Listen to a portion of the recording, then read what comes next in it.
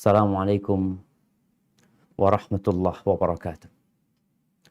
Alhamdulillah, segala puji bagi Allah. Wassalatu wassalamu ala Rasulillah. Salawat dan salam semoga tercurah untuk utusan Allah baginda Nabi kita Muhammad alaihi salatu wassalam. Untuk keluarga beliau, untuk para sahabat beliau dan orang-orang yang mencintai beliau. Amma ba'd.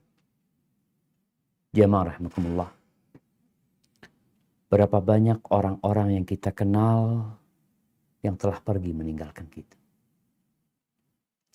Berapa banyak orang-orang yang kita cintai yang pergi tanpa pamit dan tidak pernah kembali.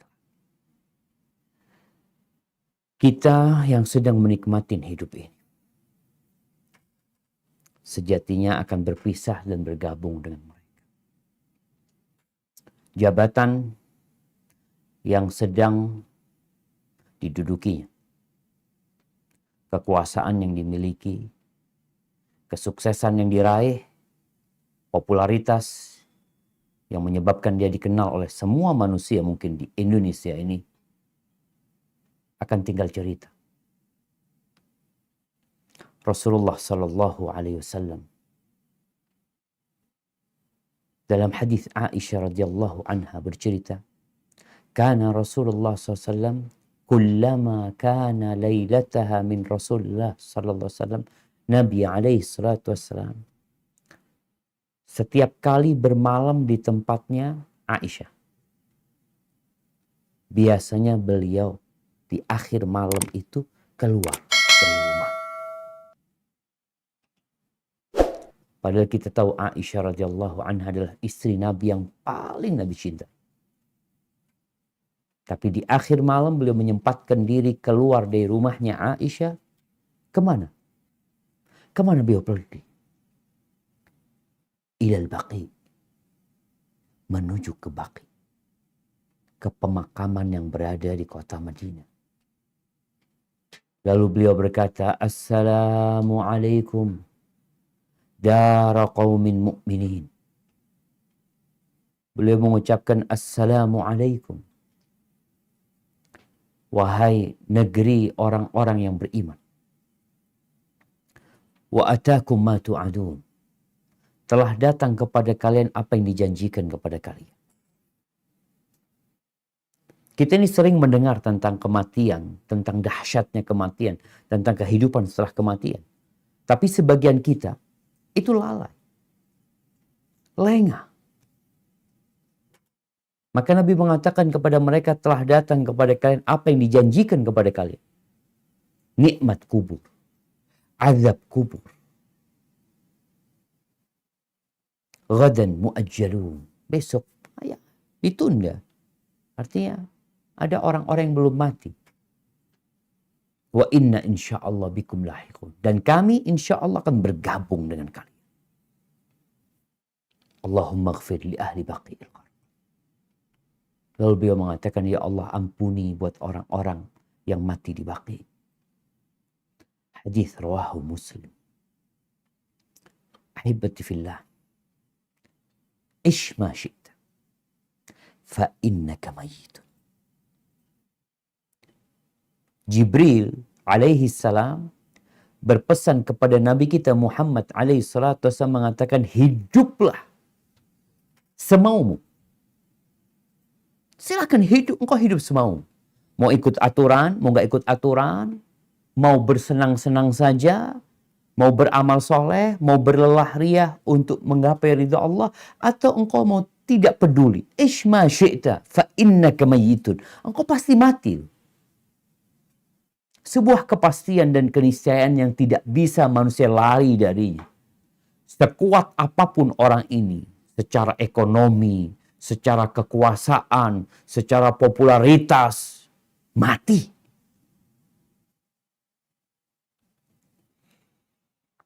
Kalau dikatakan kepada kita, 30 hari lagi kamu akan mati. Dokter mengatakan, kayaknya umurmu gak panjang lagi. Mungkin 30 hari lagi. Itu kalau nyampe. Kira-kira apa yang akan kita lakukan? Kalau dikatakan kepada kita 7 hari lagi engkau akan mati. Berubahkah kita? Atau kita tetap seperti apa adanya? Kalau dikatakan kepada kita 3 hari lagi engkau akan. Semakin mendekat kepada kematian, kita biasanya semakin bersiap-siap. Lalu kalau terakhir dikatakan besok engkau akan mati, mungkin kita tidak akan keluar dari masjid. Mungkin kita akan duduk, berzikir, bertasbih, membaca Al-Quran, kita akan sholat, kita akan minta maaf kepada orang-orang yang pernah kita sakitin, kita akan bertobat kepada Allah Azza wa Jalla. Mungkin seperti itu yang akan terjadi. Sedangkan sejatinya kita ini udah divonis mati. Bukankah di surat Az-Zumar ayat 30-31 Allah Jalla Jalaluhu mengatakan innaka mayyitun wa innahum mayyitun. Innaka. Kau mati. Ini dikatakan kepada Nabi Muhammad SAW. Dan orang-orang bakal mati semuanya. Abu Jahal mati, Abu Lahab mati, Fir'aun mati, Namrud mati. Tapi orang soleh juga mati, kita lihat. Nabi Adam meninggal dunia, Nabi Nuh meninggal, Nabi Ibrahim meninggal. Nabi Ishak, Yakub, Yusuf, semua meninggal dunia. Nabi Musa meninggal dunia. Dan Nabi kita Muhammad alaihi salatu wassalam terbukti meninggal dunia. 1431 tahun yang lalu beliau meninggal dunia. Beliau dikubur. Ana ingin mengajak antum membayangkan kalau antum mati besok, lalu antum diantarkan ke kuburan, ingat nih. Sekarang yang sedang di rumah, coba pandang-pandang keluargamu. Yang laki pandang istrinya. Pandang anak-anaknya. Yang istri pandang suaminya, pandang anak-anaknya. Kira-kira kalau engkau mati besok, kemudian engkau dimakamkan. Adakah mereka yang mau mendampingi dirimu di kuburan? Nggak ada. Sebagaimana engkau tidak mendampingi ayahmu ketika mati. Atau kakekmu ketika mati. Kawanmu, sahabatmu. Ketika mati, engkau tidak mendampingi dia. Engkau tinggal dia. Dan kita pun akan ditinggal seperti itu. Baik. Untuk membayangkan kengerian kuburan. Sejatinya kita lihat ya. Rasulullah SAW mengajarkan kepada kita setiap sholat. Sebelum salam. Setelah di awal kita Allahu Akbar. Lalu kita baca Al-Fatihah. Lalu kita baca surat, lalu kita ruku, kita bangkit dari ruku, kita sujud, kita duduk, sujud, berdiri lagi. Dan di akhir sebelum salam, setelah rangkaian ibadah ini, Nabi mengajarkan doa kepada kita apa? Alaihi salatu wassalam, Allahumma inni a'udzubika min azabil qabr. Ya Allah, aku berlindung kepadamu dari azab kubur. Kita belum bicara neraka jahanam. Mulai dengan azab kubur. Awal manzilin min manazilil akhirah. Tempat singgah pertama dalam perjalanan menuju ke akhir. Wa a'udzubika min azabi jahannam. Baru kita berlindung kepada Allah dari azab neraka. Kebayang. Kalau antum di kamar. Di rumah. Dikasih rumah. Kasih ruangan kosong. Dimatiin lampunya. Lalu antum gak disiksa. Cuma ditinggal di situ. Tanpa handphone, tanpa listrik, tanpa apa-apa. Sendirian udah antum di ruangan itu selama 1 tahun. Apa yang akan dirasakan? Setahun kelamaan. Sebulan aja. Di ruangan itu tanpa handphone. Tanpa kawan. Kita akan stres. Makanya ada orang-orang yang na'udzubillah bunuh diri. Dia berpikir dia selesai dari semua hujatan. dari semua masalah, dari semua problematika, dia mati bunuh diri, engkau akan sendirian di sana, lebih parah lagi engkau di sana.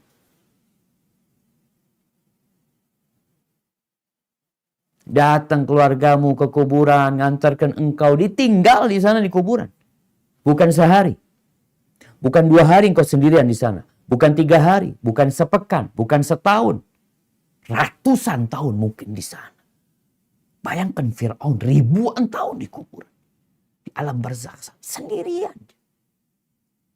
Kecuali orang-orang yang punya amal soleh. Dan ini yang perlu dibicarakan. Kalau engkau dikatakan besok mati, engkau bawa apa ke kuburan sana? Apa amalan yang sudah engkau kerjakan? Tatkala engkau menimbang antara dosa-dosa yang dikerjakan dengan amal soleh, lebih banyak dosa? Enggak mungkin. Mungkin lebih banyak. Atau waktu kita sepanjang hidup ternyata lebih banyak untuk mencari dunia yang kita tahu nggak dibawa mati. Orang itu kepingin rumah yang luas. Orang itu kepingin punya rumah gitu juga. Milik dia. Tapi terkadang ada yang mati nggak punya rumah. Mati di rumah kontrakan dia. Mati nggak punya mobil. Tapi dia mati membawa amal soleh. Bisa jadi orang yang rumahnya luas di dunia, mati, dia berada di tempat sempit, yang sesempit-sempitnya setelah keluasan dunia. Ahibati fillah, orang-orang yang meninggal dunia akan menyesal ketika tidak punya persiapan. Oleh karena itu Nabi SAW mengatakan aktsiru dzikra hadzimil ladzat. Kalian perbanyak mengingat penghancur kelezatan. Penghancur kelezatan. Gimana jemaah? Bayangin ana sekarang di sini, ana bisa ngobrol sama antum, ada kawan-kawan di sini, ana merasakan AC, ana bisa makan, berjumpa sama teman, berjumpa dengan orang tua bersama anak, tahu-tahu semua diputus, kita taruh di ruangan yang sempit. Sempit-sempitnya. Lalu kita akan ditanya, man rabbuk? Ma dinu? Man nabi? Tanpa ada yang menolak. Coba kita lihat angan-angan orang mati. Apa sih yang dia inginkan? Kalau orang soleh, dalam hadis riwayat Bukhari, Rasulullah sallallahu alaihi wasallam mengatakan, "Idza wudi'atil janazah wahtamalaha ar-rijalu ala a'naqihim." Apabila jenazah itu telah diletakkan di keranda, kemudian dibawa oleh laki-laki di atas pundak mereka, fa in kanat salihatan qalat qaddimuni. Kalau dia orang soleh, maka dia akan mengatakan, segerakan aku. Kok bisa? Iya. Dunia yang begitu luas ini. Dunia yang begitu mempesona. Yang begitu menggoda. Yang membuat kita merasakan kelezatannya bersama kepahitannya. Itu penjara buat orang-orang soleh yang beriman. Penjara. Jadi kematian buat mereka adalah sebuah keindahan sebenarnya ketika harus pindah menuju ke tempat yang lebih luas. Kalau orang soleh. Bukan orang kaya. Bukan pejabat. Bukan orang yang populer. Bukan orang yang banyak followernya. Orang soleh kata Musa. Dia akan mengatakan qaddimuni. Wa in kanat ghaira salihah. Tapi kalau dia itu bukan orang soleh, jenazah ini akan berkata, ya wailaha, aina yadhhabuna biha. Celaka ini. Mau dibawa kemana ini? Dikeluarkan dari rumah. Kita lihatlah. Apa yang dibawa tuh orang-orang mati? Kekayaannya 10 miliar. Yang kaya raya kita bilang. Ini orang kaya raya. Nggak ada yang dibawa. Sama dengan orang yang nggak punya apa-apa. Orang punya uang 1 miliar sama orang punya uang 1 juta. Sama matinya. Dibungkus kafan. Dibawa ke sana. Kuburannya sama. Enggak, Ustaz, lebih luas. Nggak ada, kuburannya sama. Walaupun tanahnya luas, tetap satu petak itu tempat dia. Tempat badannya dia.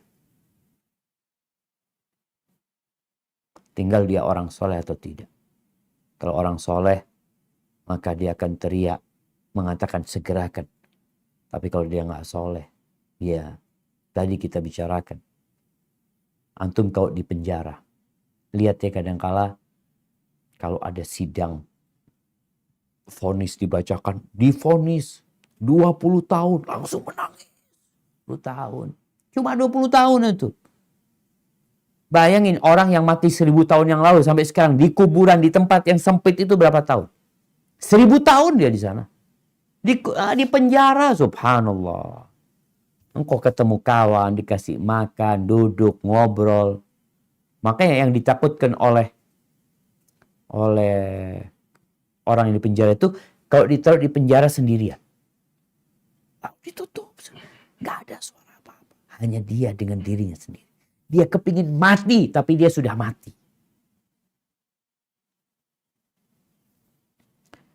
Di hadis Bara bin Azib radhiyallahu anhu, ketika Nabi SAW menceritakan tentang dicabutnya nyawa, kemudian dikembalikan ke kuburan, lalu dikatakan yunadi munadin minas sama, ada yang menyeru dari langit mengatakan an sadaqa abdi. Ketika ditanya tanya man rabbuk, man nabiyuk, dia bisa menjawab. Ada yang menyeru dari langit mengatakan an sadaqa abdi, benar hambaku. Ini kalau orang benar. Ditanya man rabbuk, rabbi Allah. Madinuk Islam. Ma taqulu fi hadzal rajul alladhi bu'itsa fikum, Muhammad sallallahu utusan Allah. Tapi kalau orang ini fajir, orang yang imannya ikut-ikutan, nggak ada keyakinan di dirinya, hanya lisannya yang mengatakan, hanya status yang berada di KTP dia muslim, tapi dia tidak meyakini hal itu dan tidak tampak dalam perbuatannya. Ketika ditanya man rabbuk, madinuk, man nabiyuk, sami'tun nas yaquluna faqultu. Aku mendengar orang katanya Allah, katanya Muhammad, katanya Islam. Aku ngomong kayak gitu. Itu dipukul pakai martir jamaah sampai hancur.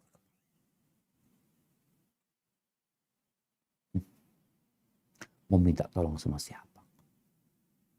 Makanya ketika engkau besok mati, apa yang akan kita lakukan? Tapi kalau dia bisa menjawab dengan benar karena keyakinan dan amalan dia, maka ada yang menyuruh mengatakan an sadaqa abdi, benar, hambaku itu benar. Jawabannya sahih semuanya. Fa'afrishuhu minal jannah wa albisuhu minal jannah. Berikan dia kasur dari surga. Berikan kepada dia pakaian dari surga. Tempat yang sempit itu tahu-tahu jadi luas, jadi indah. Waftahu lahu baban ilal jannah. Dan bukakan bagi dia pintu ke surga. Nggak sendirian sudah jamaah. Orang tuh sendirian kalau pegang handphone bisa bertahan dia. Gimana kalau di kuburan? Dibukakan pintu surga, dia melihat keindahan surga.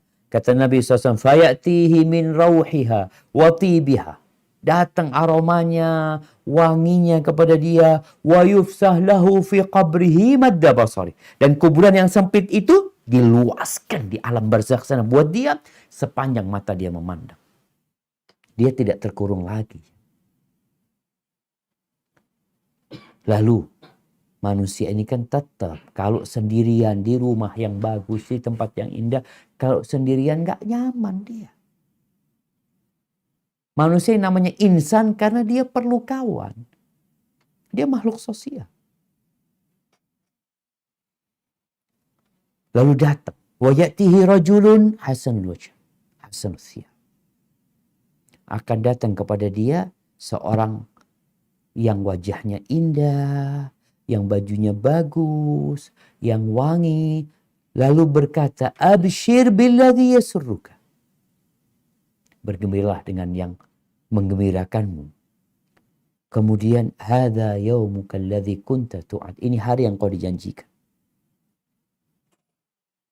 Jemaah, kita sholat, kita sedang dengar kajian dapat apa? Kita sholat dapat apa? Ramadan bentar lagi, kita puasa, kita sholat tarawih, kita baca Quran sebulan penuh, dapat apa? Fulus nggak dapat kita. Dapat capek kita, iya. Lelah kita. Kalau orang bekerja dapat duit. Makanya dunia ini dar amal, negeri untuk beramal tanpa hisab. Kita nggak dihitung di sini. Nggak dikasih tuh balasan yang kau sholat 5 waktu, dapat duit 100.000. Enggak. Sholat ke masjid, dapat duit 1 juta. Enggak. Berangkat haji, nggak dapat apa-apa. Karena balasannya nanti. Tatkala ajal menjemput kita. Di tempat itu loh, kita lihat kuburan sana tuh, itu awal. Tempat kita akan mendapatkan balasan. Datang nih orang yang wajahnya indah, aromanya wangi, pakaiannya juga bagus. Lalu dia memberikan kabar gembira. Lalu tanya, engkau siapa? Engkau siapa? Kok wajahmu wajah yang penuh dengan kebaikan gitu loh. Aroma juga wangi, kata dia. Ana amaluka saleh. Aku amal saleh. Aku amal saleh. Ma alimtuka illa kunta sari'an fi ta'atillah. Aku tidak mendapatimu kecuali orang yang bersungguh-sungguh. Segera kalau beramal soleh. Berbuat maksiat jauh. Subhanallah. Ini orang kalau amalnya baik. Lalu dia mengatakan, Rabbi ajil qiyamas sa. Ya Allah, segerakan kiamat. Karena dia melihat surga tuh. Dan ditampakkan kepada neraka. Kalau engkau nggak beramal soleh, ini tempatmu.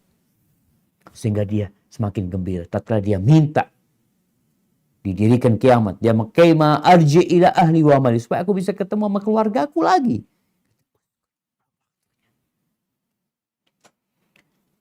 Tapi kalau orang jahat, kalau dia orang jahat, orang yang jauh dari ketaatan, maka akan ada yang menyeru dari langit mengatakan, an kadzaba abdi, dusta hambaku itu.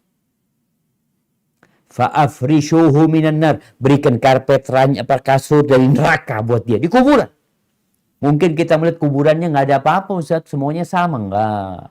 Alam barzakh itu alam yang luas. Dikasih kasur dari neraka. Dikasih pakaian dari neraka. Dan dibukakan pintu ke neraka. Lalu datang orang. Ini jamaah. Sebagian orang memperolok-olok neraka. Memperolok-olok azab kubur. Tidak mempercayai adanya hari akhirat. Ketika masuk neraka, oh nanti aku ketemu sama orang-orang terkenal. Ketika itu engkau hanya akan ingat sama diri sendiri. Kiranya kalau orang ini dibakar tangannya, lalu datang orang terkenal, dia akan peduli sama orang terkenal itu. Kalau datang kepada wanita yang cantik, yang dia sukai, dalam kondisi tangan dia dibakar, dimasak, dia akan melihat kepada perempuan tersebut. Kalla wallahi. Dia akan sibuk dengan tangannya yang dibakar. Bagaimana tahu tangannya dibakar, kakinya dipotong-potong, matanya dicongket. Lalu berpikir ketemu dengan orang-orang terkenal nanti di neraka. Rasakan di dunia aja engkau. Makanya semua orang akan sibuk dengan urusannya masing-masing. Sehingga orang ini akan dibukakan pintu neraka. Lalu setelah itu datang orang yang busuk aromanya. Buruk rupanya. Menjijikkan. Lalu orang yang mengatakan, engkau siapa engkau? Wajahmu wajah yang datang dengan keburukan. Aromamu busuk, kata dia. Aku amal buruk. Haibati fillah. Kita mau sedang membuat kawan kita. Sedang membuat kuburan kita sendiri dengan amal kita. Tentunya dengan taufik dari Allah Azza wa Jalla. Maka banyak balak yang beramal soleh. Di antara yang diinginkan orang mati itu bersedekah. Kenapa kok sedekah? Kita capek cari fulus lalu ditinggal. Ini orang pintar apa enggak? Punya rumah seluas 1 hektar. Dia punya mobil, punya perusahaan. Mati ditinggal semua. Engkau bener enggak engkau manusia cerdas? Katanya engkau doktor. Kok ditinggal semuanya itu? Ya, orang yang cerdas adalah orang yang membawa hasil kerja dia ke kuburan. Di surat Al-Munafiqun ayat 10 sampai 11. Allah Azza wa Jalla mengatakan, wa anfiqu mimma razaqnakum min qabli an ya'tiya ahadakumul maut. Infakkan dari apa yang kami rizkikan kepada kalian sebelum datangnya kematian. Fayaqula Rabbi, kemudian orang ini mengatakan, Rabbi laula akhartani ila ajalin qarib. Kalau engkau akhirkan umurku sedikit aja, dikit dimundurin. Kalau mati jam 7, mamanya mati jam 7:05. Kepingin apa orang ini? Kepingin apa? Kepingin menyelesaikan bangunan rumahnya? Ingin menyelesaikan pembelian tanah? Apa yang dia inginkan? Fa'asaddaq. Dia ingin sedekah. Wa akun minas salihin. Dan aku jadi orang soleh gitu. Tahu nih sedekah ini bukti keimanan. Orang kerja mengeluarkan uangnya berbagi jalan Allah. Itu bukti engkau beriman dengan hari akhir. Bukti keyakinan bahwa dunianya akan hancur. Bahwa dunia ini hina. Makanya Nabi SAW ketika beliau tidur di atas tikar yang membekas di perutnya. Para sahabat sedih. Mereka mengingat, ya Rasulullah, tuh raja-raja Persia, raja-raja Romawi, bergelimang harta, hidup dalam kemewahan, menikmati dunia ini. Sedangkan engkau, ya Rasulullah, kau tidur di atas tikar membekas di perutmu. Apa kata Nabi SAW? Mali walid dunya. Apa urusanku sama dunia ini? Apa urusanku sama dunia? Innama mathali wa mathalud dunya. Karakibin istadhalla tahta syajarah. Tumaraha wa tarakaha. Aku ini seperti hubunganku sama dunia ini seperti seorang musafir, pengembara yang naik onta, naik kendaraan, tahu-tahu singgah di bawah pohon, berteduh, lalu pergi meninggalkan pohon itu selama-lamanya.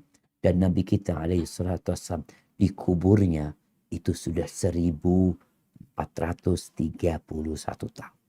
Hidup di dunia cuma 63 tahun. Bayangin tuh orang-orang yang hidup di dunia. Berapa lama hidup di dunia? Lebih lama di kuburannya sebelum nanti di akhirat. Wala yu'akhirallahu nafsan idza jaa ajaluha wallahu khabirun bima ta'mal. Allah nggak akan menunda apabila ajal itu sudah tiba. Kebanyakan orang mati ini yang akan dia sesali karena menunda-nunda. Hebati filah, depan kita Ramadan sudah. Engkau mau tobat kapan? Apakah engkau masih makan haram? Engkau masih riba? Apakah engkau masih berzina? Engkau masih ngambil hartanya orang, masih korupsi, masih meninggalkan sholat. Kapan kau akan bertobat? Oh ya nanti. Kematian datang tanpa engkau tahu dia datang. Maka hebati filah, saatnya kita bersama-sama mempersiapkan diri untuk menyambut bulan Ramadan ini dengan bertobat, membersihkan hati.